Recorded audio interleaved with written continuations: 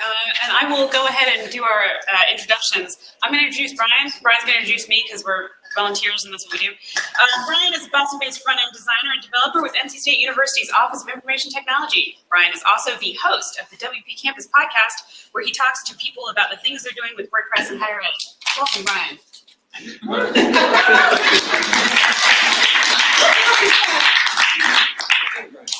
Jen's my boss. So she's the web services coordinator and the design and web services team lead for the Central IT unit at NC State. And she's active in the WordPress community and helps coordinate the annual Raleigh area WordCamp. So come to WordCamp Raleigh sometime. Yeah, we're fun. Well, you know, Jen's fun. Can't speak for you. All right, you want to get started? We should get started. We have 81 slides, so hold on to your, yeah. I'm going to actually start by passing this to Brian because he needs to explain some very important stuff All right, here. this is really the most important part of the presentation. So a little language lesson. A portmanteau is a word or a morpheme whose form and meaning are derived from blending of two or more distinct forms. And so that's like brunch is breakfast and lunch. Smog is smoke and fog. A portmanteau is a term that was popularized by Helen Zaltzman of the podcast The Illusionist. It's portmanteaus that you should feel bad about. So examples, bromance, edutainment, and everything we're going to say in this presentation. So I want you to know, we feel shame. We really do. That's why I made him do this introductions because it's so bad. And the rest of my team is really bad. Every now and then I do it too, but it's mostly them. It's not me. It's them. I enable it though. All right. So on this talk, we're going to talk about NC State's Gutenproduction to Gutenberg. What it really what Gutenberg means for a large organization. Looking at our campus user testing and how we talk about Gutenberg on campus. Yeah, we're also going to talk a little bit about how we're planning and scheduling our transition, and they made me say it. We're getting excited. So a little bit about our university. We're located in Raleigh, North Carolina. We were established in 1887. We have over 32,000 students, 2,000 faculty, 6,500 staff, over 40,000 people, and we have a couple different satellite campuses as well, including in Prague. 11 colleges plus our graduate school, so we're a large institution. And our team is OIT Design Web Services. OIT is for Central IT. We maintain major campus multi-site environments, including our free blog environment, our premium campus hosted environment, our orgs environment, student orgs environment, and we also build custom themes and plugins. We provide general web support both for WordPress and other solutions, and we do design, development, support, training, and maintenance of campus clients. So we keep busy. Are we cute? We're so cute. That's Brian because, again, he's based in Boston. We just, we video chat him in every chance we get. And then Miles and Lauren are the other two people who aren't physically here. But they will be at High Ed Web, so for those of you who are going to High Ed Web, we encourage you to look out for them and chat with them. They're the real JavaScript geniuses. We just make that stuff up. Those of you, you're here, you're in higher ed, you know this story. We're a big institution. We have lots of moving parts. We're very excited about having WordPress. It's taken a long time for us to migrate into a solution that's, well, not our single solution, certainly the majority of campus at this point. But in higher ed, change is scary, and it's even much scarier on a 40,000 person campus. Because we're in Central IT, again, we're an engineering school, so we have lots of developers across campus. Like many of you, we have a lot of smaller units, the libraries, computer science, all of whom have their own developers and their own IT groups. We do think campus Central IT is special for us. We're glad to be in that. We have a lot of flexibility to solve our problems both technically and with non-technical solutions. And our priority is to serve the entire institution. So if we find a solution, but it's a really single, small, targeted solution, we're not going to give that the priority that we're going to give the things that help the rest of the institution. And so what we build for ourselves, we feel like should be useful for everyone. And the good news is that's actually written into our mission statement. We are charged with finding collaborative IT services, solutions, and strategies that assist the university, state, and nation. And that's the kind of thing that allows us to come places like this and talk to you fun people. We're really glad to have that kind of support from our institution and from our management to take the time and build these things and share them with you guys. And so all that is to say that we're a 4-person team that's already operating at capacity, and the last thing that we needed was the Guten bomb dropped. I just made that one up right there. I hate it. Yeah. But at the end of the day, our job is to find solutions that are going to work for everybody. So when this landed on our plates, we decided we should do this in a smart way. So Brian's going to give us the background on the day that Guten shit got Guten real. So we've been trying to follow along in the WordPress world for a while. Like, we try to be aware of what's coming down the line. And so we knew Gutenberg was coming, but we didn't know when. And I was giving a talk at WordCamp Raleigh in April of 2017 all about our super exciting Shortcake strategy. So Shortcake is a plugin that gives you a user interface for using shortcuts, and it felt super modern and exciting. And I knew about Gutenberg, and I said something at the end of my presentation about Gutenberg, and I'm gonna try to play a video here. So let's see how this goes. The good news is this stuff gets recorded, so we all have it available. The first thing is that big changes to WordPress take time. Shortcake solves problems right now, and I don't know when Gutenberg is going to be part of WordPress. It took a really long time for us to get that REST API, and that REST API... Yeah, you don't have to hear the rest.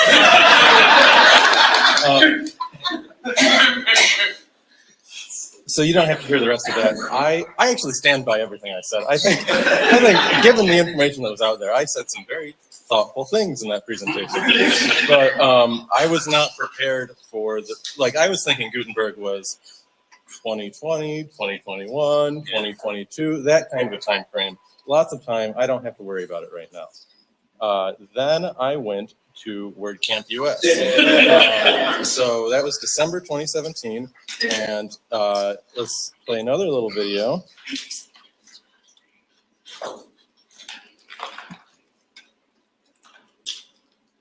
I think it needs about 12 more iterations. So we've done 18 so far, or about 4 months.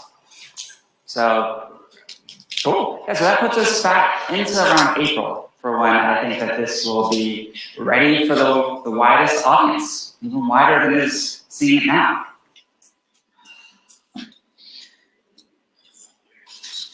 Don't you love the way he says cool like that? Like, it's just, nice and easy. So, yeah, so as Matt Mullenweg was saying that, like, literally the moment he was saying that, I pulled out my phone and opened up Slack and sent Jen a message. I said, oh, darn. Spoiler alert. I did not use the word darn. Sometimes state employees say bad words. Matt Mullenweg says he thinks Gutenberg will be ready and out for everyone in April. I'm thinking it takes way longer than that because, come on, that's months ahead of where I expected. It was years ahead of where I expected. So that was a moment of panic, and really, like, all that you could think about in that moment. Here's another video clip for you.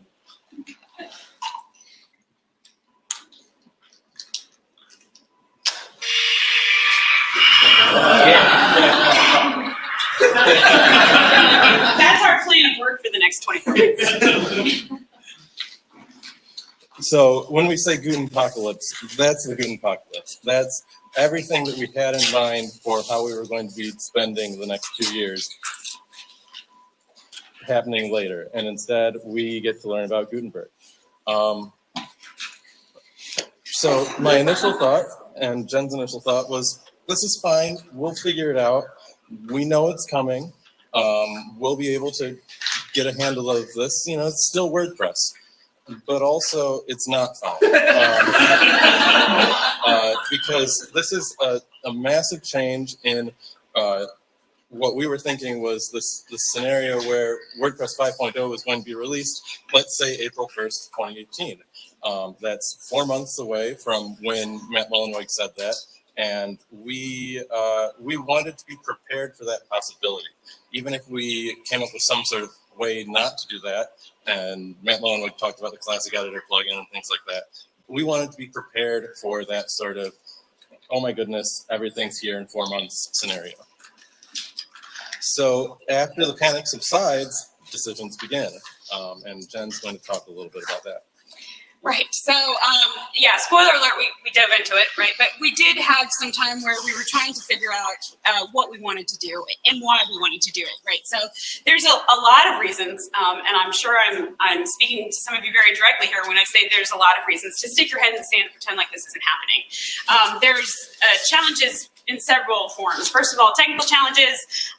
For us, which none of us in our shop have a background in development, so it's we get by with a little PHP and a lot of Googling, and JavaScript focused development does not necessarily let you do that. Big changes to all of our existing themes and plugins. This is going to be a lot of reworking and learning as the changes are happening. So solving problems as Gutenberg is still being developed certainly has represented even more of a challenge for us, I think, than we initially thought. We have a lot of conceptual challenges to face, not just for ourselves and thinking about how we're developing, but also for how we teach this to our users, because that's, of course, a big part of what we do is training and education for Campus. We're thinking about how we build our plugins and our themes. Our campus has themes and plugins that use shortcodes, as Brian talked about. That's what we had really bought into, but we also have a lot of ACF-powered themes. And obviously having to go back and rework all of the content that's out there. And then, of course, organizational challenges. We're all in higher ed institutions, so we know that this can be a real challenge. Educating the other campus developers, training site admins and our content creators, the campus help desk, providing resources for all of those groups. Those were all priorities for us, and trying to make sure that we had support materials for them. So again, this was like kind of the mental list that we were going through of things that we felt we needed to have by April 1st, and it was daunting. I mean, it was like, do I have to do this? Like,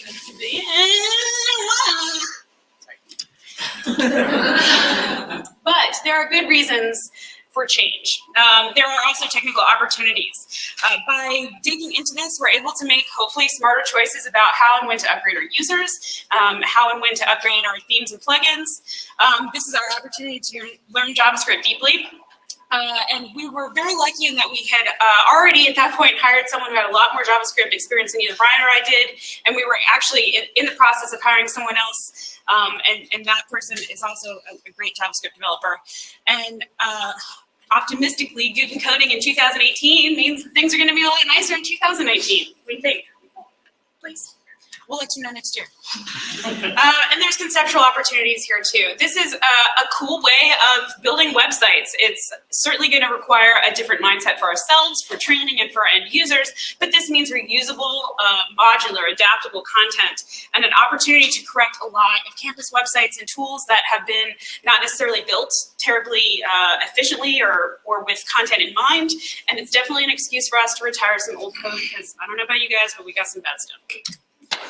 And organizational opportunities, making sure that we were prepared lets us in Central IT be a resource for others for the rest of campus. It lets us control our timeline and our priorities. And again, since we're charged with helping the wider community, we're really enthusiastic about the opportunity to jump into this and then share what we learned. I mean, we really were. It sounds nerdy, but we just were. Wholesome means. So again, I know that there's a lot of maybe not love for Gutenberg at this point, but we really do think that it is there's never a good time for a big change, but this is a good big change. It is certainly something that WordPress is going to grow from. I don't think that it's something that's going to go away. So for those of you who think it's a flash in the pan and you're going to wait it out, I think that's not necessarily a long-term strategy that's going to work. Of course, this is just my opinion.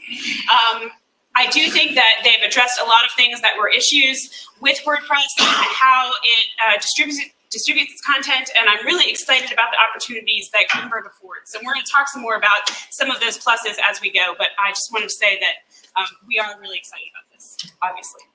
Also, I'm not gonna lie, of course, we're not going to go Gutenberg the day WordPress 5.0 drops. I don't know of very many people who would. But by preparing for an aggressive timeline, we're hoping that this is going to help us do this right. But Brian, start by talking about how we're going to figure out how to do it right. Yeah, so step one was trying to figure out what was actually going to happen. And really, step zero of step one is figuring out how the users that we support are going to, how they're going to interact with the editor and where the pain points are going to be. So we started out with some user testing, and here's our disclaimer. We did this user testing in January, Gutenberg has changed tremendously since January. I think the lessons we're going to share here are still valuable, but you should really do your own user testing on your own campus. And then you should tell us about it. And tell us about it too. If for no other reason, then we learned a lot just from watching our users try to figure out this new editor. We learned things about how our users approach new technology. We learned about how our users think about classic WordPress, you know, where they look for things. And they're doing things weird ways. Yeah. The people you support are probably not, like, especially if you support a large campus community, they are solving problems in ways you did not know they could solve problems. And so it's interesting to see that before your very eyes in user testing. So don't take our word for anything we're about to say, but hopefully, you know, this will be useful for you. So, like I said, we did this in late January 2018. We decided to mostly focus on power users who already knew WordPress, and I'll talk about that in a second. We gave them a 30-minute content exercise to learn the new editor and create content. And you can read all about it in a blog post that I wrote that was way longer than I needed to make it, but gives you a lot of insight into like what we were thinking about. So why test with power users? On our campus, there are sort of two types of WordPress content creators. There are the people who use WordPress every day to do their jobs, and then there are the people who use WordPress sometimes when their boss says, make this change on the website. We decided that the biggest pain was going to be felt by the everyday users, the people who are logging in every day and experiencing it, because they're going to experience the new editor and the new user interface every day. So we mainly selected testers who we knew were the kinds of people who log in all the time. Whether or not that was a good idea, we will talk about in just a few minutes. So the first lesson we learned is that nobody knows what to call anything or where anything is. One of the quotes here, he says, so I clicked on the little mini hamburger options thing looking over here. He's talking about this little 3 dots next to each block that opens up a menu. And this is actually an old screenshot. It looks a little different now, but it's still got the 3 dots. I don't know what to call those 3 dots either. Okay,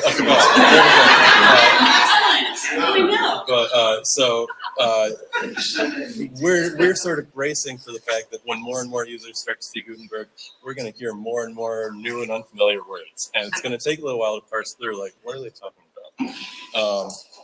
It's also not always clear when to choose which block. So one of the exercises we gave them was to create something like this gray box you see on the screen, where it's a paragraph with a big first letter and a background color. There were 4 blocks that people went for: the quote block, the full quote block, the verse block, and then finally the paragraph block, which is the correct answer. You can do all of this using the block options to change the styling of the paragraph block. That's not obvious. That's something that you really need to build up an intuition about. And so you need to sort of build in some time in your processes to build that intuition yourself and to help your users that you're supporting build that intuition too. Basically, nobody noticed the block settings in the right-hand sidebar. Literally nobody, including me. Yeah, that's true. We practiced the user testing with Jen first because she hadn't really seen it, and and she did not see this right-hand sidebar at all. And there's something about that that makes sense. In sort of classic WordPress editing, the right-hand sidebar is where you do your taxonomies or you choose your page template or things like that. It's not where you go when you're thinking about formatting content. You look to the top toolbar or something like that. And so this is just something that your users are going to have to sort of build that intuition again. They're going to have to learn that sometimes things happen in the right-hand sidebar that they should be aware of. This is a little subtle. I noticed, and this is something you notice watching users test live, and we recorded everything they did and rewatched those recordings. Lots of people, when they did see those options in the right-hand sidebar, they would select text in a paragraph and then go to change the font size, rather than just going to change the font size. And there's a certain sense that makes. It's just like if you want to make your text bold or something like that. But that's not how, in the core Gutenberg blocks, that's not how it works. In the core Gutenberg blocks, the block options on the right-hand sidebar act on the entire block. That's, again, intuition that needs to be built up over time. How do these new tools how do they work? What should I expect? What are my expectations for when I click this? And then we really have found that we just have to remind people, try a different block. Like, this is not doing what you think it will. Just try something else. Look for another block, because there are a lot of blocks available out of the box in Gutenberg. And you have, for instance, we asked our users to embed a YouTube video. And that's not exactly obvious. You have the YouTube embed block. You also have the video block, which is for embedding a video file like you have in your media library. And then you have the image block, which has nothing to do with video at all. But a lot of our users are used to going to the media library button, and image makes them think of media library. And there's some sense of like, maybe I can embed a video from there. So there's a lot of these sort of things that have to be learned by the users that you support, and by you if you're new to Gutenberg. So what we found in this is that the people we were testing got the hang of it after about 20 minutes and a lot of trial and error. And that's not they were experts. That's not they were totally comfortable. But I would feel comfortable letting them build a page in Gutenberg and feeling like, yeah, they'll figure out something that looks okay, for some version of okay. And that's a good starting point. But when you're thinking about an entire campus of WordPress users, you have to think about how many support tickets are going to come from so many repeated 20-minute trial and error sessions. And that's a lot of support tickets. And so the next step is trying to figure out how do we manage those support tickets. Excuse me. While I have a coughing fit, Jen is going to talk about why testing power users is maybe not a good idea. Right. So the power users, again, the reason why we went with that was a couple years ago, I was part of the team that did training when, do you guys remember, like, Office came out with a ribbon across the top? And all the power users freaked out. Shelly's laughing because, like, I'm sure you had to address this for a million people who expected it to be one way and nothing was where they expected it to be. And it was a problem. And so I was expecting the people who were used to things being in a certain place in WordPress being the most off-put by the new change. That's not really the case. Most of the power users are actually people that spend a lot of time on computers and are used to simple digital interfaces. And the simplicity and iconography of Gutenberg works for that. On the other hand, it doesn't really work for people who don't use WordPress very often or are not technically savvy and don't necessarily spend a lot of time in digital interfaces. And so we had a lot of people who didn't use WordPress or didn't use web interfaces very much having more problems. So like here's the classic editor. You can see it's actually, we don't think about it that much, but it's pretty wordy. Certainly compared to Gutenberg, which again, much more focused on iconography. It's a lot cleaner and simpler, but there's sort of less helper text. And they have addressed that some with the extra hover help and stuff like that, which we'll talk about some more. But it is certainly when we were doing our training, it was an issue. So moving on, training, obviously it's going to be a big thing, and trying to convert Campus to this tool. What does a major change to WordPress like this look like? And again, we're also used to it being there. It's actually been 12 years since WordPress came out with the WYSIWYG editor, and we're all very accustomed to it. We don't even think about it anymore. We just assume that it's going to be there. And so we are thinking that there may be some resistance that we're going to have to overcome in order to get folks on board with this change. To that end, I became a manager a couple months ago, and they sent me to management training, and I feel like I should use it. So it's true. Like she becomes a manager, and then she starts talking in acronyms. It's like it's an instant transition. That's what they train you to do. So actually, I have to blame Brian because he's a math major, and this is the change equation, is what he called it. So resistance to change can be overcome by addressing three things: the dissatisfaction with how things are, the vision of what's possible, and offering first steps to making that change. And so with that in mind, we were aware that we needed to focus on three major audiences for Campus and provide this reasoning for them. And so with that, we focused on them, the first being content creators. We wanted to work to explain to them why WordPress is changing, what Gutenberg is and how that change is happening. Also, we want to talk about what isn't changing. Like, start off by saying, hey, don't freak out. There's a lot of options in WordPress, and we're really just talking about this stuff here. And then also what are blocks and how do they help me?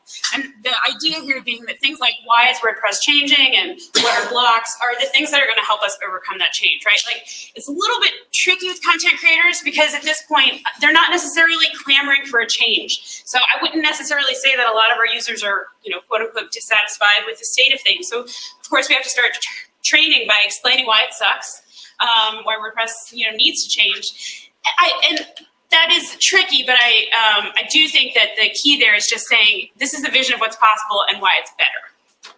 And to that end, the second audience is the site admins, so the people that are really in there administering sites and doing the day-to-day management of their environments, explaining the same things, and then also what are their options for making this transition and choosing to upgrade and how to upgrade. Lots of questions about that, of course. And then also, will my theme work with Gutenberg?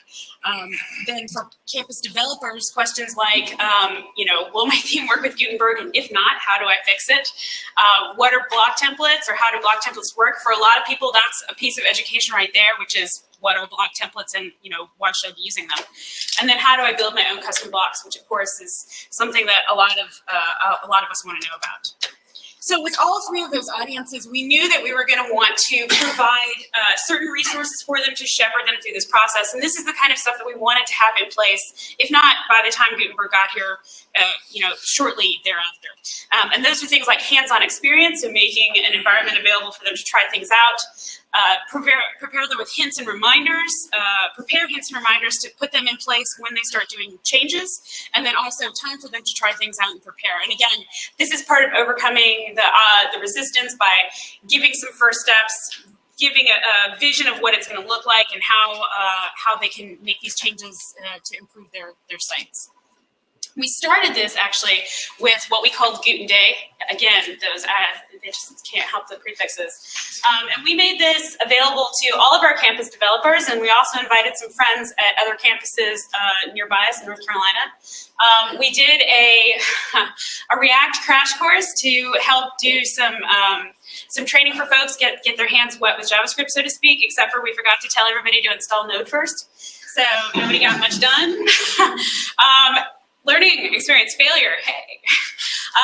And it was great because that also allowed us to really talk to the other developers about things that we knew that we wanted to do for campus with Gutenberg. And that big thing was a plugin that we're working on for, we're calling NC State blocks. Brian mentioned we have shortcodes, and shortcodes are designed to make it easy to add little bits of code here and there on sites that mimic various brand tools like major links or callouts or different services like that. And the blocks plugin is a really natural way to provide the same sort of things but with blocks instead of with shortcodes. So that's one of the things we're working on.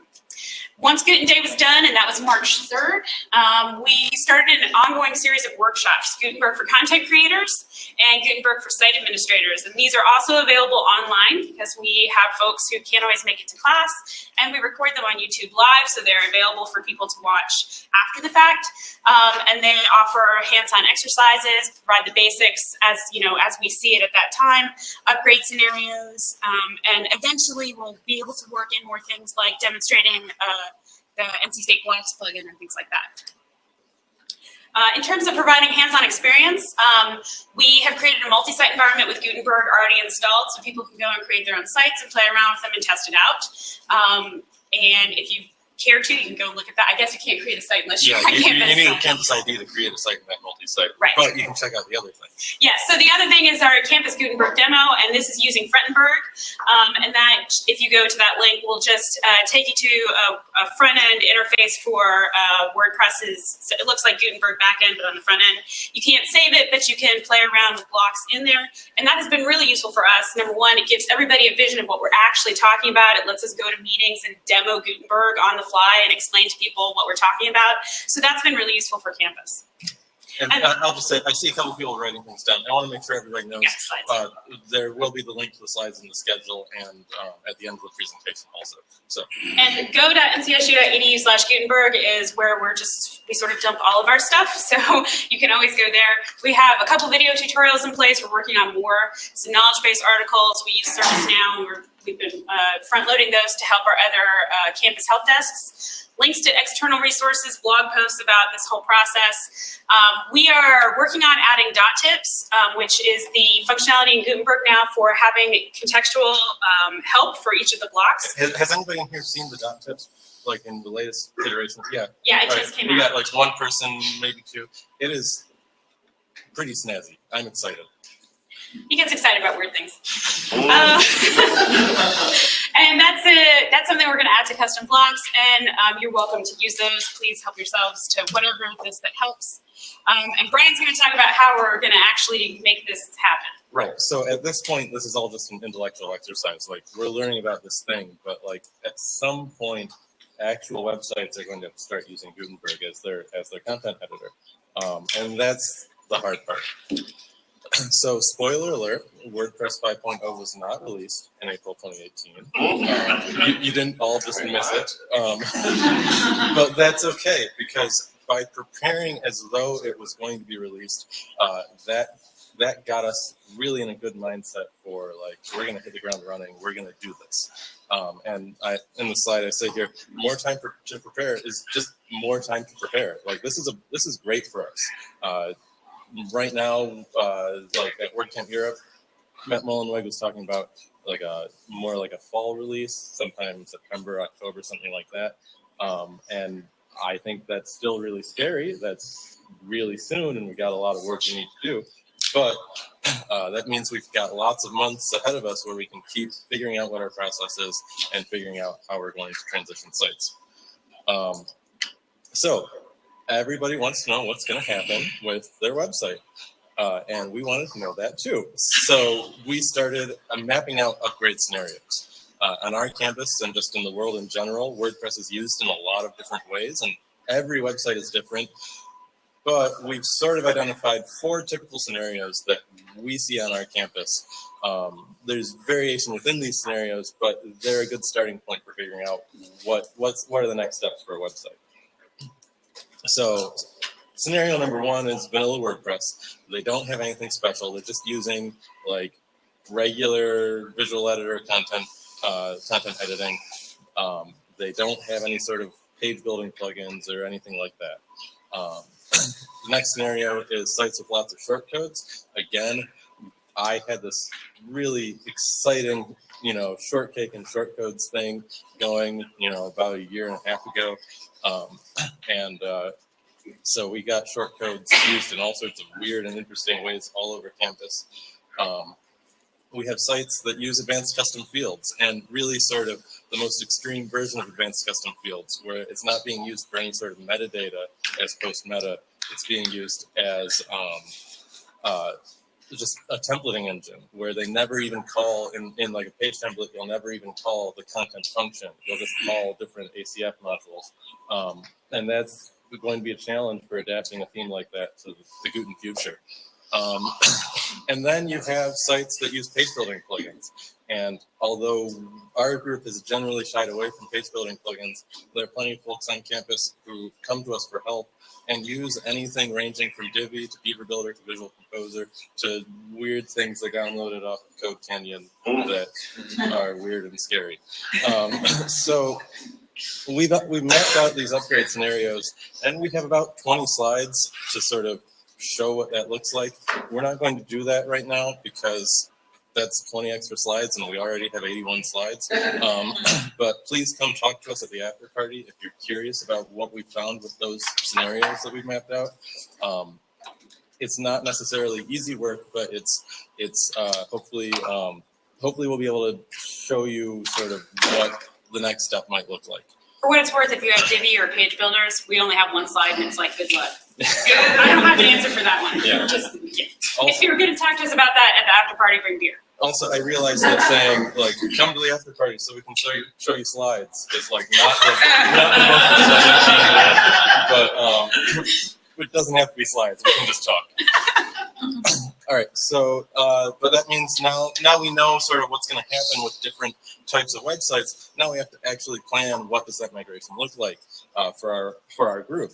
And we are responsible for thousands of websites. We have about 50, more than 50 campus clients. So departments or units on campus that contract with us for some sort of, for at least one website where we're doing stuff for them, whether it's custom coding or just making sure things stay up to date. And that is probably, it's more than 125 sites. We say it right there. I just need to read the slide. We also have an open registration blog multi-site for students, faculty, and staff. We have a student organizations multi-site, so the whatever club has a website in there. And then we have this sort of premium tier hosted WordPress, we call it multi-site, where if you want third level domain or you want some sort of special treatment or something like that, you can buy into that as well. Upgrading all of these sites at the same time would be a very bad day. We are not going to do that. We do know that some sites will upgrade pretty quickly. That's sort of vanilla WordPress scenario, where all we really need to do is talk to the content creators that are using that site, train them up on it, and then we flip the switch and we're available for support moving forward. Other websites are going to be using the Classic Editor plugin for quite a while after WordPress 5.0 lands. And that's just while we figure out what we need to do for them, rewriting themed plugins, or in some cases, training a larger user base, things like that. To help us figure this out, we decided we need to figure out how much it was going to hurt the Guten pain, and we created the Gutendex rubric. And Gutendex, you really got to want it. Guten and pain index, just merge them together to make Gutendex. So this rubric to figure out how we're going to prioritize and schedule. It's great also, though, because for some clients, any new work we're doing at this point is either going into a Gutenberg world or being built with sort of how are we going to make this Gutenberg in 6 months or 12 months. For clients that we aren't doing new work for, this is a great opportunity for us to do new work for them, to try to get rid of some old code, like Jen said, and make some long-needed improvements, like those websites that are still using like the old brand that was supposed to be gone 2 years ago and things like that. That never happens in higher ed where you have those straggler websites.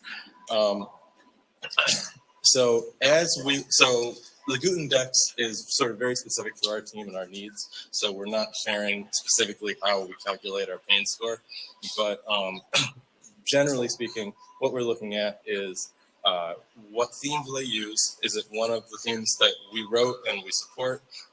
Is it something else that somebody else wrote? Or is it something bad that they should have never been using in the first place? And now is a great time to do something about that.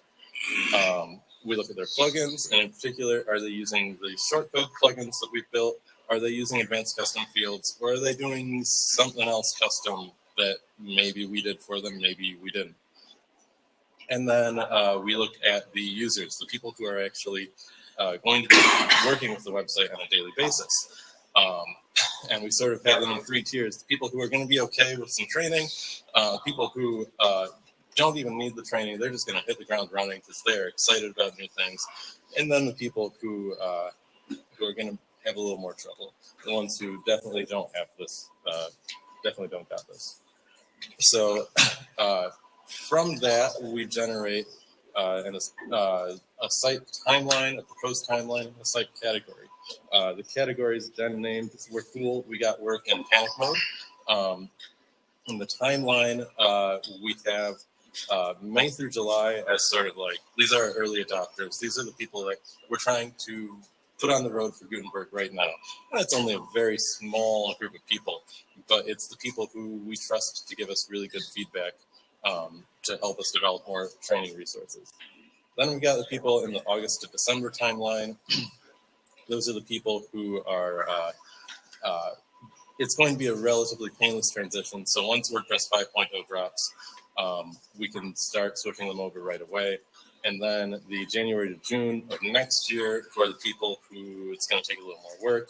And then the people after that who we'll think about someday. We don't want to think about them right now, though. So here's just a screenshot of Jen's master spreadsheet. It really does say they got this, they got this, they got this. They don't got this. They don't got this. And so, as I mentioned earlier, new work in 2018 that we're doing right now is being Guten from the start whenever possible. We are being choosy about which users we are turning Gutenberg on for in the short term because, again, we want to make sure that we don't go off the rails. So existing sites are going to be scheduled for an upgrade, and we're going to try to balance things easy and hard so we're not overloading ourselves. So with all of that, we've got our very aggressive schedule. We think we can have just about all of our campus, of the people we support, using WordPress 5.0 and Gutenberg 12 to 14 months after Gutenberg and WordPress 5.0 are really released.